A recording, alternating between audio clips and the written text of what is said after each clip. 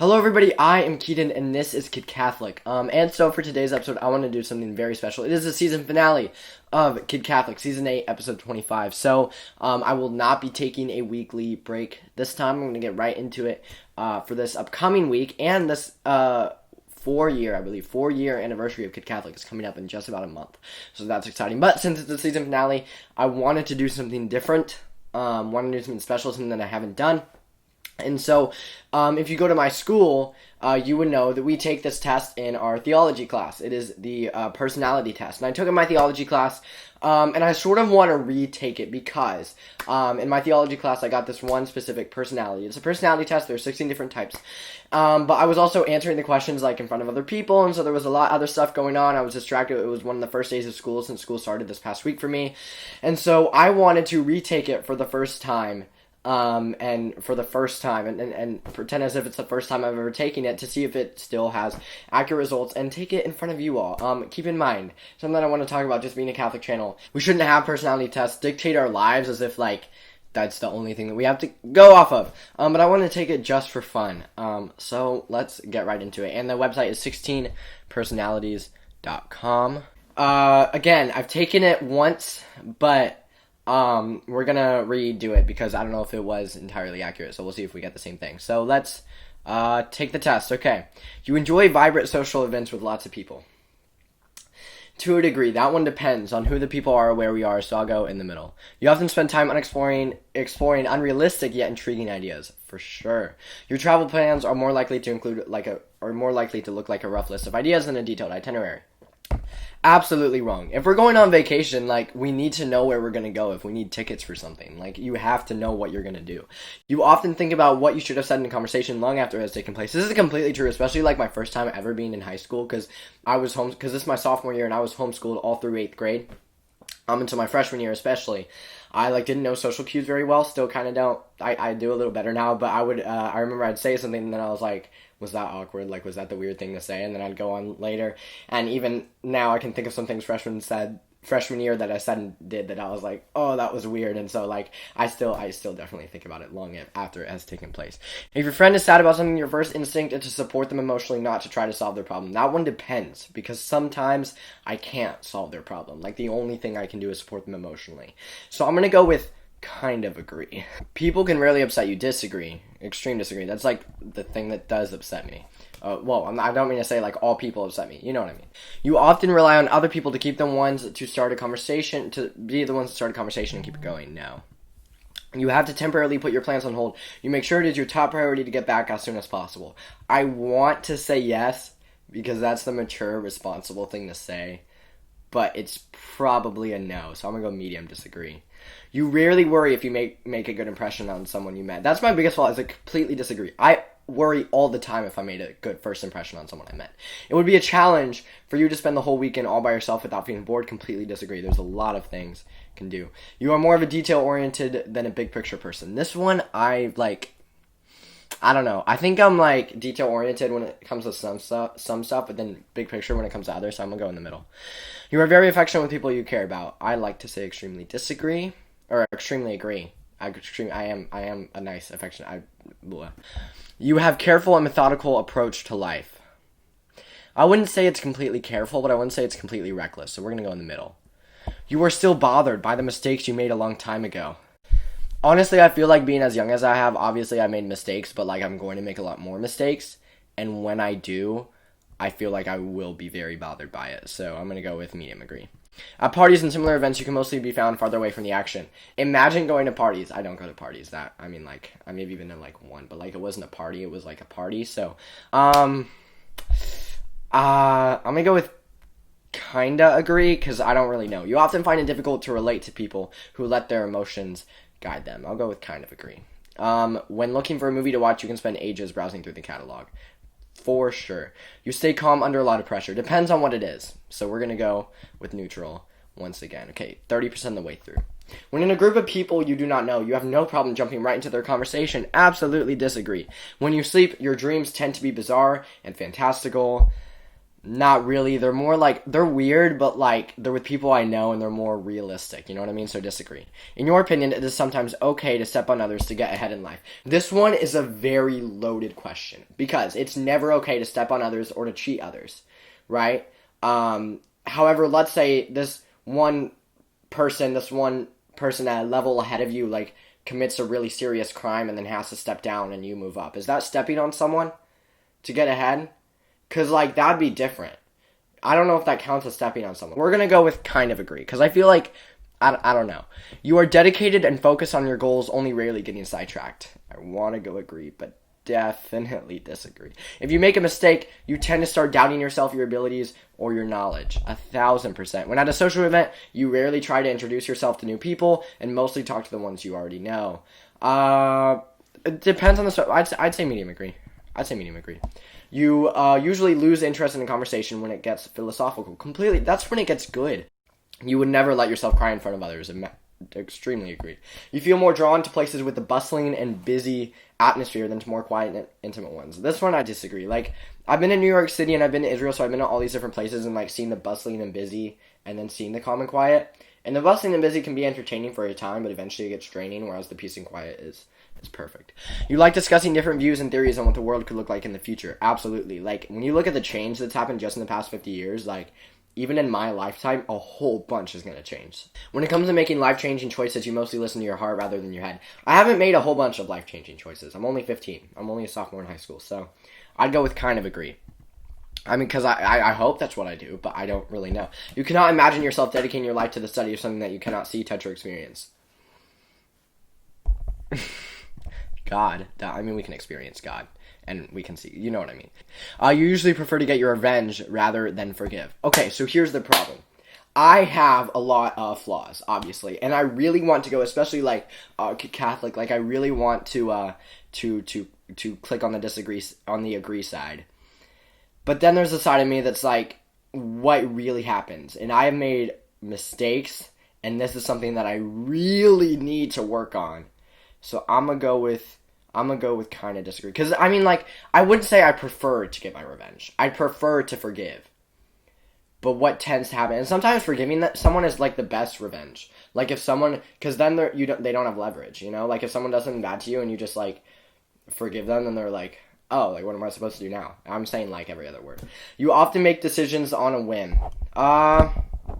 I'd say medium disagree. Depending on the decision, I usually think about it for a while. The time you spend by yourself often ends up being more interesting and satisfying than the time you spend with other people. I mean, sometimes it's, like, calmer, but I wouldn't say more interesting or satisfying, because, like, other people, more stuff happens. So I'd say kind of disagree. You often put special effort into interpreting the real meaning or the message of a song or movie. Most of the time, 99% agree. You always know exactly what you want. For the most part, I know what I want. You rarely think back on the choices you made. Again, I haven't made a whole bunch of choices in my lifetime, but I feel like that's a disagree. Okay. When in a public place, you usually stick to quieter and less crowded areas. Kinda. You tend to focus on present realities rather than completely disagree. I've talked about future possibilities and, like, where I want to go to college and what I want to study, like, for so long. Like, if you know me, you know. You often have a hard time understanding other people's feelings. Completely disagree. I feel like that's something that, like, I don't mean to be like, guys, look, I'm such a good person, because that's not what I'm trying to say. What I'm trying to say is I feel like that's something that I'm pretty good at, is, like, understanding where, or how people are feeling. When starting to work on a project, you prefer to make as many decisions upfront as possible. Completely agree. Like, I had never done group projects before high school. And then I got to high school and I was doing a whole bunch of them. So I'd say, and like when we do them, I'd always make sure, like, who does this? So I say completely agree. When you know someone thinks highly of you, you also wonder how long it will be until they become disappointed in you. Extremely agree. You feel comfortable just walking up to someone you find interesting and striking up a conversation. Depending on who it is, like, if I'm in, like, a kid Catholic type setting when I'm giving a talk and this student comes up to me, because I've had people come up to me, ask for a picture, things like that, like, I'm super comfortable with having a conversation with them. Whereas if it's someone from school has come up to them, then I'm a little less comfortable. So I say kind of agree. You often drift away into daydreaming about various ideas or scenarios. For sure. You look at yourself first, others come in second. No, I have a family. Even when you have planned a particular daily routine, you usually just end up doing what you feel like at any given moment. I'd say disagree. A lot of times I do what I feel like, But if I actually have like a daily schedule, like I need to get this Sunday, this Sunday, this Sunday, then for the most part, I stick to it. Your mood can change very quickly. Unfortunately, completely agree. Like if you know me, like I'm very bipolar. You often contemplate the reasons for human existence and the meaning of life, for sure. You often talk about your own feelings and emotions. To my friends, I feel like I talk about it too much, even, so I'd say agree. You've got detailed education or career development plans stretching several years in the future. I don't know if I've said this on Kid Catholic, but I have like a lot of plans for the future. Like I want to end up getting a PhD in theology. I want to get a canon law degree. So I'd say all of that. You rarely dwell on your regrets. Again, I haven't like been around long enough to have like super big regrets, but I definitely will. And so I'd say when I do, I disagree. I don't know. It depends on the atmosphere. It depends on what I'm doing. So I'd say neutral.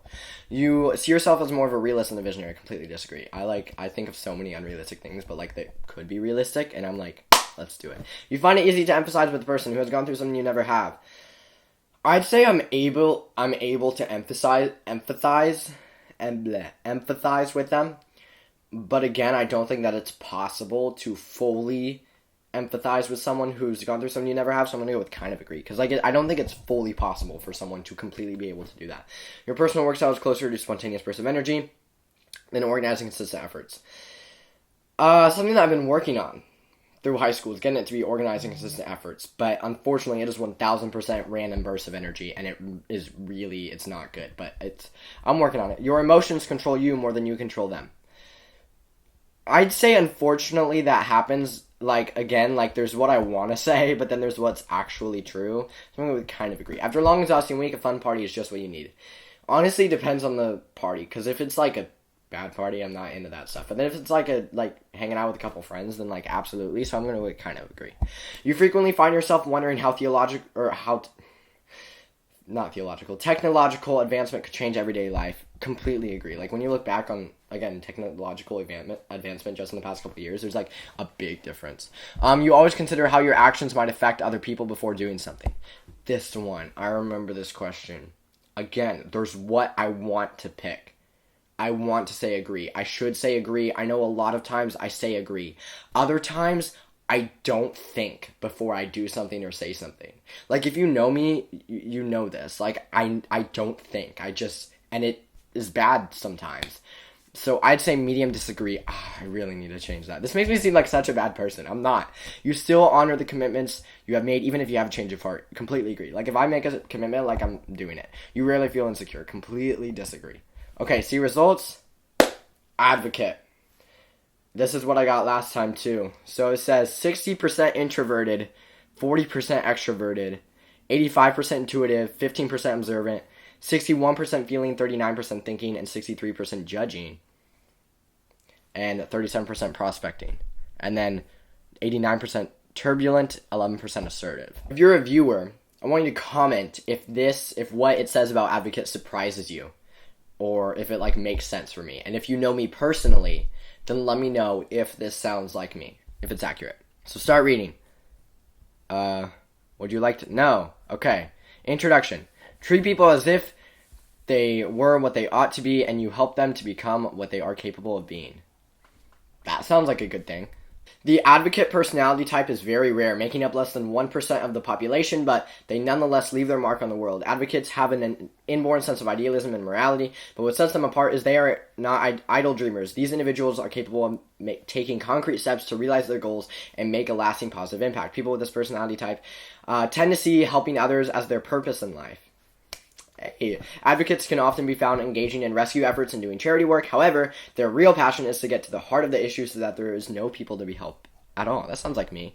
Obviously, I'm not going to read, like, every little paragraph of everything. But advocates you may know. Martin Luther King, Nelson Mandela, Mother Teresa. I'm not sure who that is. Mother Teresa. Lady. That makes a lot of sense. Okay. I don't know who that is. Morgan Freeman. I feel like I should know who these people are. Jon Snow. James Wilson. Aragorn. Galadriel. Yes. Don't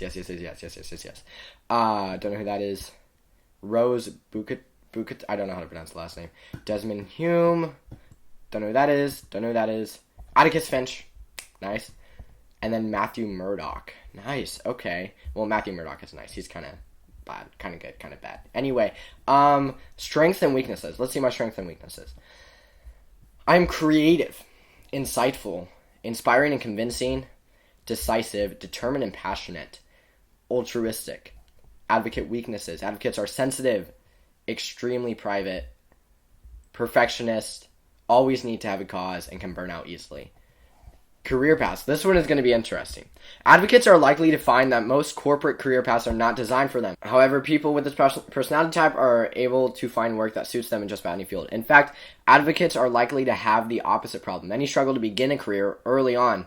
Advocates' personalities need to find meaning in their work. Yes. And to know what they are helping and connecting with people. An advocate working as a Ferrari salesman person, for example, is highly unlikely. So I was recording for like a while and recorded some more of the career path stuff and then realized that I wasn't screen recording. So we're going to redo that. Career paths, basically it said, advocates don't, any productive work can be meaningful as any productive work helps someone somewhere. Advocate personalities crave creatively too. They strive to use their insight to connect events and situations, creating real change in others' lives. So what I said was, I was going to go back to the introduction and read some more, because what am I like? Advocates, indeed, share a unique combination of traits. Though soft-spoken, they have very strong opinions and will fight tirelessly for an idea they believe in. This is very true. Especially if you know me, you know that my opinions are very strong. And they are decisive and strong-willed, but will rarely use that energy for personal gain. Advocates will act with creativity, imagination, conviction, and sensitivity, not to create an advantage, but to create valence. I don't know what that word is, and karma are very attractive ideas to advocate personalities. These types tend to believe that nothing would help the world so much as using love and compassion to soften the hearts of tyrants.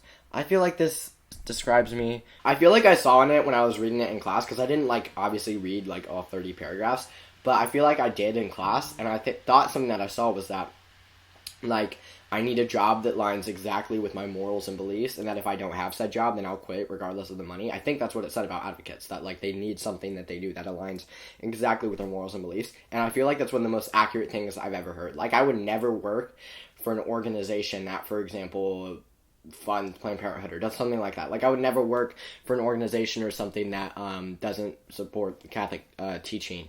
And so I feel like that was pretty accurate. That was a lot of fun, and I don't know if it was boring to you guys, but I had fun, and that's what that's what the season finale is about, just something different, something fun, not a Catholic teaching, and so if you want to go take the test, let me know, and again, a lot of you watching this are probably from school, and you probably know me personally. Let me know how that personality test sums me up. Does it sound about right? Does it sound accurate? A lot of you watching this aren't from school, and you don't know me personally, but you know me from my videos. So does it surprise you that I got advocate? Did you think that I'd get something else? Let me know in the comments in what you think. So yeah, thank you all so much for watching. Please subscribe. Please click the red subscribe button down below and the next to it. That way you get notified when I come out with a new video. Please go to my website, kidcatholic.com. Very, very awesome things you can do on there. You can read about me. Speaking engagements are up there. My radio shows are up there. All my videos are up there. You can buy your Kid Catholic t-shirt. You can make a donation. You can join the Kid Catholic email list. You can reach out to me. There's just so many things you can do on the website. So please go check that out. Please follow all three of my social medias, Facebook, Twitter, and Instagram. Please comment any saint or topic suggestions that you might have. This is Keaton of Kid Catholic. I'll see y'all next week. Thank you all so much for Season 8, and hi, Brielle.